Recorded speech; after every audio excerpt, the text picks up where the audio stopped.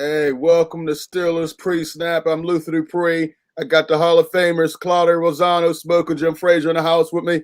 What's going on, fellas? What's happening, guys? Good to see you, as always. All right. We're going to talk about, just do a recap of the Steelers versus Ravens game. They pulled it out, sloppy game, sloppy field, major injuries, and then they play this game with 5 days rest against Washington. Smoker Jim, I'll start with you. Your thoughts on that Ravens game? Well, I tell you what, Luther and Claudio, if the Pittsburgh Steelers continue to play teams that lost the last 4 out of 5 games, a team that has 23 players with COVID, including their NFL Player of the Year quarterback and their top two running backs, if they continue to play teams that voted not to even play in the game, you know, and the AKA Pittsburgh Steelers Harlem Globetrotters will win every week. Wow. All right, that's not much of an analysis, but Claudia, what are your thoughts? Well, the Ravens D was the secondary was intact, but the middle and the front were all they were newer guys, right? And what did the Steelers do? They passed instead of running the ball and exposing the front line in the middles. They went towards the part of the Ravens that was intact, which I thought was crazy. Roethlisberger threw 57 times, which I thought was ridiculous. Now think about this: they've been ahead most of the games, most of the quarters, and they're still throwing like crazy instead of running the ball more. Okay, and then I don't think you're going to be able to do that against the better teams. I really don't. But they kept the team in that they should have blown out of the water.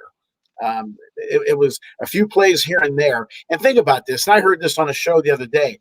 If the Steelers would have taken care of their business where they should have early in the game, maybe Dupree wouldn't have been playing so late in the game. I don't know. Maybe he wouldn't have gotten hurt. But again, the recap last week, I think the weakness was the front and the middle of the Ravens. Their strength would have been their secondary, and the Steelers just threw. Roethlisberger just threw. They didn't establish the run as much as they should have. I know Snell had a half-decent game. And lastly, a lot of people are saying they lost focus. They lost focus. And they're blaming the coaching staff. And I never blame the coaching staff when a team loses focus. I guarantee you that a coach never goes into a game, whether they're playing an undefeated team or a team that hasn't won a game, they never go into a game not focused. They never go into a game not caring about that game. The players sometimes may look at the opposing team, or I heard that there was no fans in the stands. Hey, you're a pro. You're a professional. You're playing for the number one seed. This is what you're paid for, to go out and focus and to win and play with passion and play with heart and play hard. And I think they played in spurts. And if they keep doing this, it's not going to be good. Yeah, I definitely agree. I definitely agree. It wasn't our best game. We didn't play well. But listen, guys, it was an off week. They kept pushing the game back. It was supposed to be a Thanksgiving game, then a Sunday game, then a Monday, Tuesday. Finally, they played on Wednesday at 3:40 in the morning. I expected a letdown. I didn't think it was going to be a great game just because it was just too weird. They didn't play well. The field was absolutely horrible. Before the game started, I knew somebody was going to get hurt. They were slatting around, receivers running routes, and unfortunately, my cousin tore his ACL, and that's going to be a devastating injury. Now we have to play a rookie. There was rumors they were going to bring back James Harrison. Clay Matthews was going to get a look. This could be season changing, and they didn't play well. I think it was more so Ravens and Steelers always play a tough game. Yes, the Ravens had some guys out, their quarterback, their running backs, but it's always a hard-hitting game. I think earlier in the game they should have taken the points instead of going for it on fourth down. And then, of course, Ray McLeod fumbles. It just gave them confidence early. Shouldn't have happened. I don't know. They got to play better. They have another sorry team right now against Washington that we're going to talk about. But I'll mark it up. Hey, Luther. Wow. Hey, Luther. Yes. Hey, Luther. When is your book of excuses coming out? I want 2 extra copies. Those are facts. Those are facts. Where's the line, Jim? Those are facts. Let me ask you a question. If Baltimore, Tennessee, Kansas City, Seattle, or Green Bay, or any of those teams that have a shot for the playoffs, I guess Baltimore doesn't. But if any of those teams were doing the exact same thing that the Steelers are doing, people would say, "Oh man, they're making excuses. This is the NFL. You got to keep playing." I mean, we have to take the blinders off. We have to take the rose-colored glasses off. We have to take the homerism off.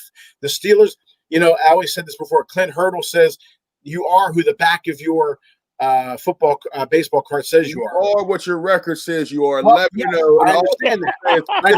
Then again, Bernie Madoff was a zillionaire, but he screwed people out of money.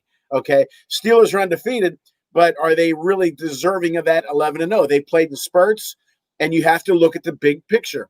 Are they going to? That was a good Bernie Madoff reference, by the way, though. But anyway, the Steelers are going to end up in jail. That's what it says. No. But I'm saying it's fake money. It's fake wins. Okay, I shouldn't say fake wins because they did come up at the right time. I've never heard. That's a different one, Claudio. Fake wins now. I'm just coming this off the top of my head. A win's a win. I get that. But if your goal is to win, like people were saying they didn't have an exhibition season. Man, we're in the 11th game of the year. And I know Jim, he made a joke about it, but he's right. The book of excuses. What are you going to say? Everybody's got. Then they say, well, they had to play at 3:40. So what? They had to play on a Wednesday. So what? You guys are the best of the best, and you shouldn't have to worry. How about in baseball when you get rained out, or you look at the old video of Namath and OJ and guys like that, Jim Brown playing in the mud. Minnesota Vikings playing at 10 degrees. Either you do it or you don't. Okay, and they've done it. They've won. But all I'm saying is the big picture. The big picture. Are they going to be able to? I always tell my daughter this: if people show you who they are, if people tell you who they are, believe them. And the Steelers, the first week it was this, the fourth. Every week they win. There's nothing but complaining. Are you confident Baltimore would be playing bad and be 11-0? Yeah, I think. Are you confident going into the playoffs? Anytime you go into playoffs, you have to step up your game, including Kansas City, who's 10-1.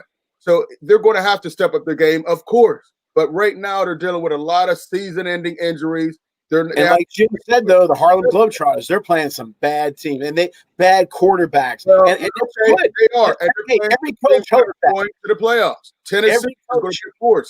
Cleveland is going to be a force. Every coach hopes the opposing team is hurt, quarterback's going bad, and everything has fallen in the right spot, which is good. But let me ask you one more thing, and I don't mean to hog this up. If a heavyweight boxer, let's say Mike Tyson, early in his career, he was knocking people cold. If he would have gone the distance or maybe going into the last round, knocked them out, or unanimous decision, people would have said, damn, he's got all that power, all that skill, and he's eking by. We would have criticized Mike Tyson. A win is a win. If you win out, it's still a win.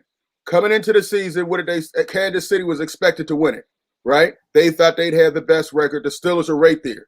Only one who predicted them, I predicted them to go to the Super Bowl, and they're playing well. They have to step it up, but everybody always me, and they're 11-0. Stop that, man. Come on, stop. They're 11-0. They have to improve, but still, they're still undefeated. I'll take that while you're improving. Come on. Sure.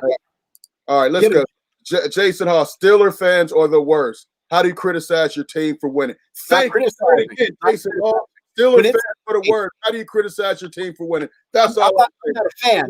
And they won ugly, but they're winning the game, Claudio. I'm not a fan, number one. You don't see any Steelers stuff here. You see Rams, Jets, all right? You see Joe Montana. You see guys like that. And listen, 11-0, and all I hear if it's 20 degrees out, I'm not criticizing the weather.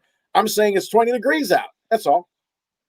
All right, let's jump into this. All right, let's look at it as we preview this Washington game. Claudio started off. You've been hogging the show anyway so far.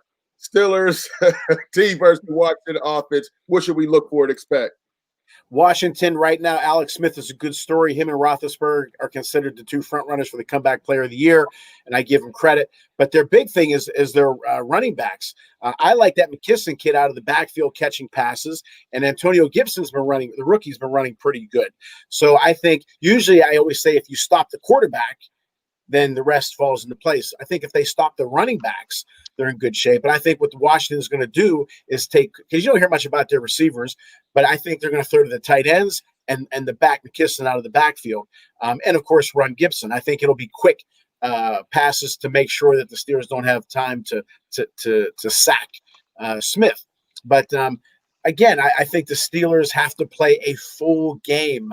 They have to play a full game, not just wait for the big splash play.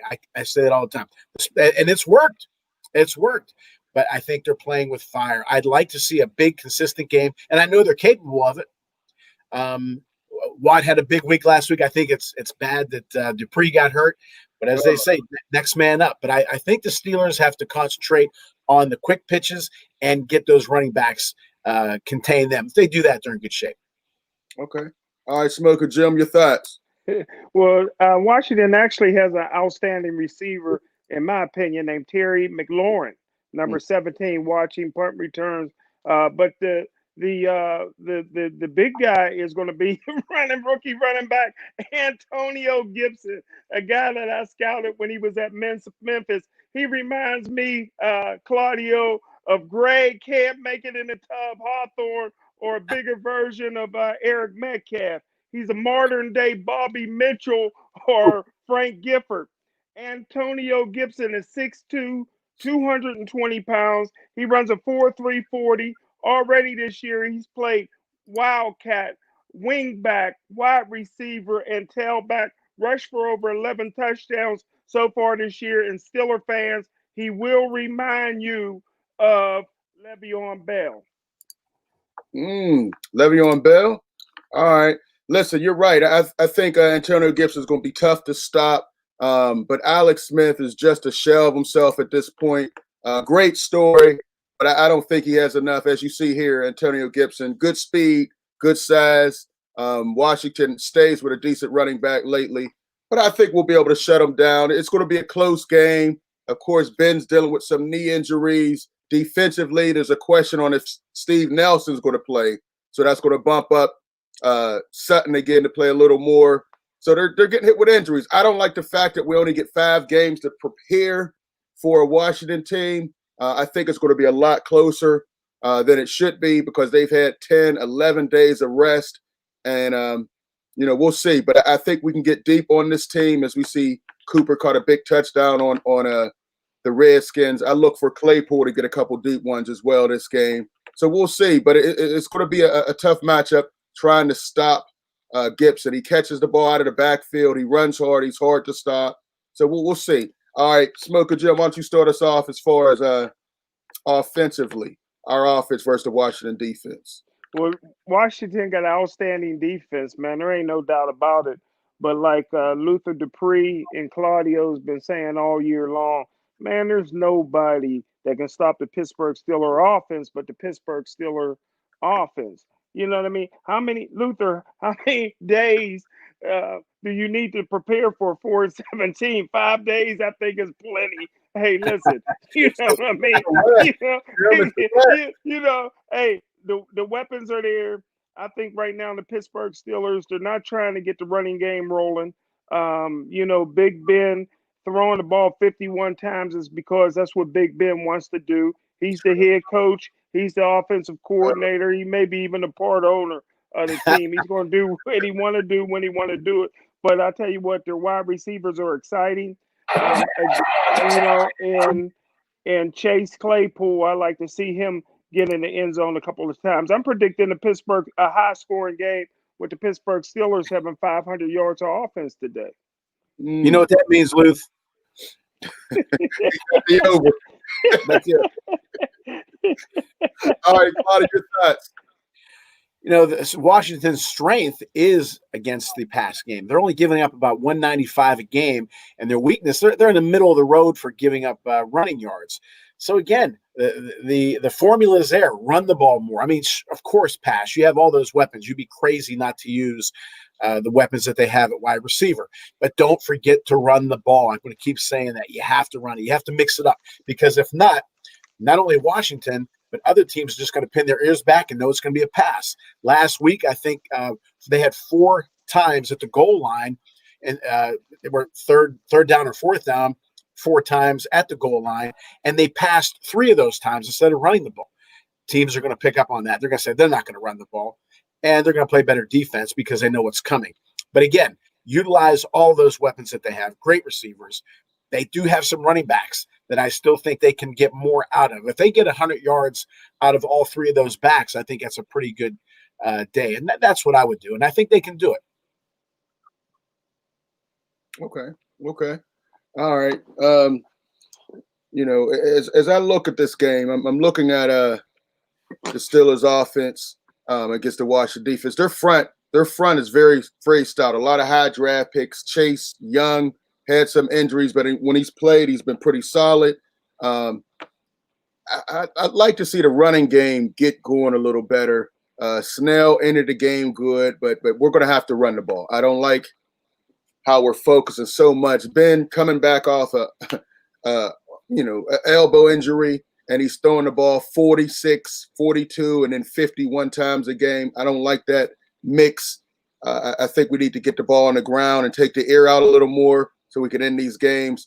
Anthony McFarland is still not what I expected him to be. I'd like him to get the ball in space a little more. I don't think they did a great job of doing that. I thought they could have worked on that more last week. Saw him come out of the backfield, catch some nice passes we see here. I think he can do a lot more than what they're giving him. They definitely have to improve that. But I think we'll be able to put up some numbers against the Washington defense. But we'll see how it all goes down. But as we get ready to wrap up, let's get to our Claudio's Huddle and the segment everybody likes to see. All right, Claudio, what do you have for our Claudio's Huddle? First of all, excellent point about McFarland catching the ball out of the backfield and spacing. Excellent point. Jim said it about, he kind of joked, but he's 1,000% right about Ben being the coach and the owner and the GM and all that. Look, the coaching staff has to tell him, we don't mind you having free reign, but you're going overboard. I mean, who's coaching the team here? Who's running the show? Okay. He's going to want to pass every time, and you can't let him do that. You just can't, for the benefit of the team. Okay. Dan Marino was the greatest quarterback ever. They never gave him a running game. If they would have given him a running game, he'd have won some Super Bowls. John Elway didn't win a Super Bowl until what? Terrell Davis came around. Elway was throwing, nothing. Go to the Super Bowl and get blasted. You need a running back. You need that other guy to help you out. Roethlisberger knows this. He's won 2 Super Bowls already. He's a veteran. He's already in the Hall of Fame. He's got the big numbers. Everybody knows he's made a great comeback. Let's think team. Not that he's not thinking team, not that he's thinking just for his stats, but he wants to throw. Can't do it. Coaching staff, whether it's Tomlin, Fichtner, Canada, whoever, run the ball more. Okay. All right. Smokin Jim, what you got for us, buddy? 1st to 10 with Smokin Jim. Well, next year at this time, you would have all forgotten that Bud Dupree even played here. Listen, Alex Highsmith is the most athletic Steeler linebacker since Mike Merriweather, and it's not going to take him 4 years to catch on to the system like it did Bud Dupree. Alex Highsmith is 6'4", 250 pounds. He's a sacking machine. His rush moves reminds me of a combination of Chad Brown and Jason Worlds, who just knocked on my door this morning. Hey, listen, Bud Dupree lost his job. Right now, it's the Alex Smith era, Highsmith era. Wow. Smokin Jim, a guy gets a torn ACL. What does Smokin Jim do? Rip him the very next show. All right. Wow. I didn't like that at all, ripping my cousin like that. Here's my thoughts. Jason kind of hit on it earlier. Steeler fans are delusional. They're 11-0. They haven't played their best brand of ball. Of course, when they go to the playoffs, they have to pick it up. Right now, the NFL is doing everything they can to sabotage this season. A Wednesday game right after a blizzard. The field wasn't bad. We lose another guy to an ACL. They don't give us extra rest. They have us playing Monday at 5 o'clock, and then we have a game Sunday. So those are 3 short weeks in a row. And what happens when you have a short week? Injuries. That's what's piling up. Steven Nelson is injured. Big Ben is dealing with a knee. Heck, our kicker is even hurting with a hip injury. So I don't like what the NFL has done. Rest is key in the NFL because of the injuries, the contact. But I love the job that Tomlin's doing. Instead of everybody pushing how great of a job he's doing, people still want to talk about how bad and what they're not doing. Tomlin has this team undefeated. No Steeler coach in history has ever had the team 11-0 at this point in the season. It's not about who you play. You can only play who's on your schedule. So give them credit. Yes, they have to improve, but I think Tomlin will get the team more and more improved. But when you keep losing starters for a year, you have a backup middle linebacker. You're going to have a rookie outside linebacker. It's going to take some time to get these guys in place. Corner hasn't been running well all year. The offensive line hasn't been opening holes, but I think they will get it together. They have to work McFarland into it, but Steeler fans, relax. They're 11-0, and they always get better as the season goes on. Let's get back to some of these comments. Hey, Luther. Hey, Luther. Again, when is your book of excuses coming out, buddy? I want to be your agent. I can book you for some book It's signing. off as well said, Luther. Just keep winning. The playoffs are weeks away. You just want to keep stacking the W's and try to get everybody in place. They're trying to get backups in and everything. What's the excuse? They're 11-0. That's the facts. You and Claudio with your Trump alternative facts, they're 11-0. You dang on Steelers fans. Enjoy this ride. You've never been here at 11-0, man. Stop all that garbage. Stop it, man. I'm tired of it. I can't just remember Mike Tyson analogy. Unanimous decisions, late knockouts. Just remember that.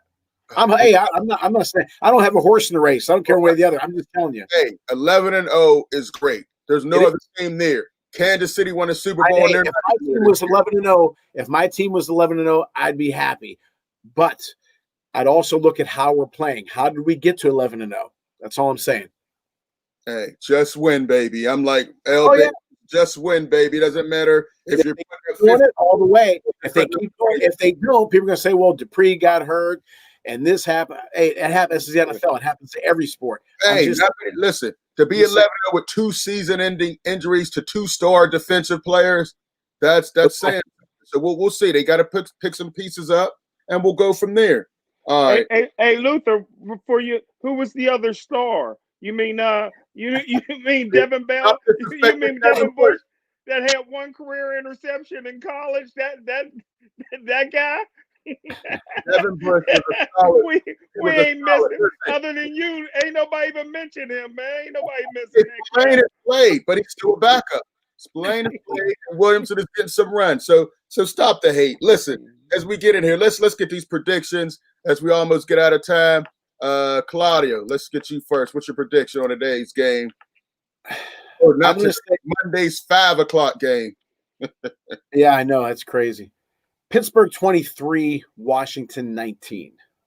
Okay. Yeah, close game. I feel you on that and one. It shouldn't be. It shouldn't be close. Oh, God. It's just the NFL. Most games are close. But, all right, Smokin Jim. The best high school backfield I ever seen was Alex Smith and Reggie Bush. I think it'll be a high-scoring game, 42-35. The Pittsburgh Steelers on 5-day rest. Wow. Okay, Jim. I can't see that one at all.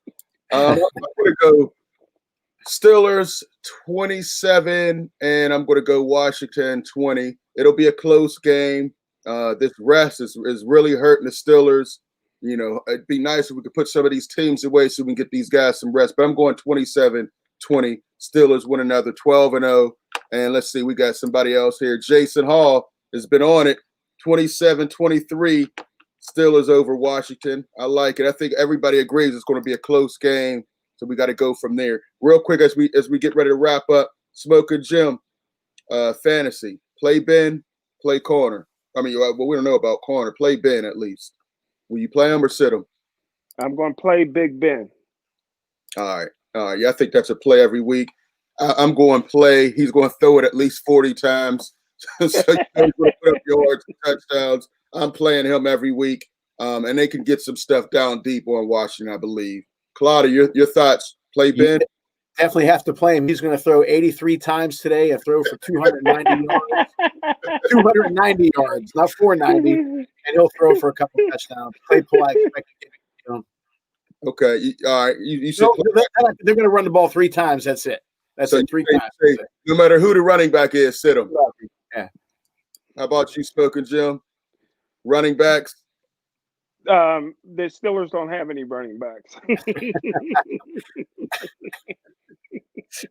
Claypool, Juju, Deontay Johnson. Deontay Johnson's getting about 10 targets a game right now. You know, he looks like AB in Roethlisberger's eyes at this point. You play which receivers do you play? Do you play them all, or who do you think's going to have the big game? Smokin Jim. Well, Johnson reminds me of Homer Jones with all the drops. Don't throw to him on third down. But I go to Claypool because either Claypool's going to catch a big pass or he's going to get pass interference. You got to play that guy. Also had a couple drops last week. All the receivers had drops last week. Claudio, how about your receivers? Juju, Claypool, Deontay? I would say Deontay and Claypool, but I would just throw the Ebron at least. I'd get him at least 10 catches. At least 10 catches. And back to the running game, I'm going to say, even though I like McFarland a ton, I think they should use him more out of the backfield. I say he's going to get maybe just a few more yards than Greg Hawthorne will today. Wow. I like that one. Listen, I think Claypool's going to come back big. Look for him to get a touchdown. He had a drop for a touchdown and another drop for about a 40-yard game. I think Juju's going to get a touchdown. Not many yards, but I think he'll get a touchdown. Deontay Johnson's going to get targeted quite a bit. Going to make some solid catches. Also have some drops. Their defensive backfield is not going to be able to stop our receivers. Not many teams in the league can. All right, so real quick, anybody on Washington's team would you play? Alex Smith, you going to struggle again, Claudio? Yeah, you're going to have to play him because I would assume that they're going to have to pass more if the Steelers get ahead. But Gibson, and I like that McKisson kid. I say he's going to catch a lot of passes out of the backfield. Would I play Alex Smith? Yeah, I play him. Smokin Jim, is there anybody on Washington you play? Hey, listen, I'm telling you guys, look at number 24. He's a faster version of Le'Veon Bell. Antonio Gibson was a wide receiver at Memphis and a tailback at Memphis. Got great hands. He's a breakaway guy, 4.3 40. Vision, he's getting better and better each week as a tailback. That's your future, man. That's a future Hall of Famer if he can stay healthy. Steeler fans enjoy it because he's going to be breaking some ankles this week. And I tell you what, he's a mismatch in a passing game, and he understands football, unlike McFarland. Wow. Always got to throw a shot. Yeah, I agree. Definitely got to play Gibson.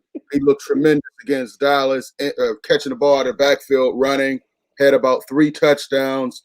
At the end of the game, Dallas didn't even want to tackle him. I would definitely play him. But that's our show. Make sure you check us out. Hey, Luther, we agree a lot. Yeah, when you're not making crazy statements, when you're not making statements like you were smoking one before the show, I agree.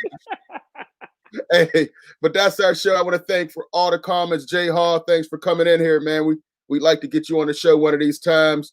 For Smokin Jim, Claudio Rosano, I'm Luther Dupree.